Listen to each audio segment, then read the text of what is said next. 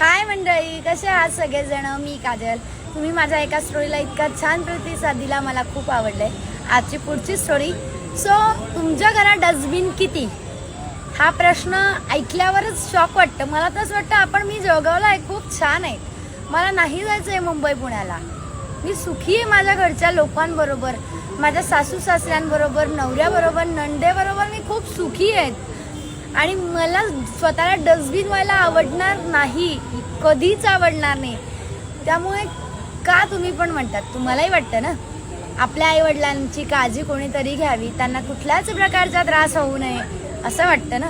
मग आपल्या नवऱ्याला का नसेल वाटत की त्याच्याही आईवडिलांची काळजी कोणीतरी घ्यावी. आणि उद्या उठून तुम्ही तुमच्या मुलांचे लग्न कराल, मुलींचे लग्न कराल ना, मग तेव्हा त्यांनाही हीच शिकवण द्याल का? किंवा येणारी मुलगी तुमच्या घरी किती डस्टबिन आहे हे विचारेल. विचार करा.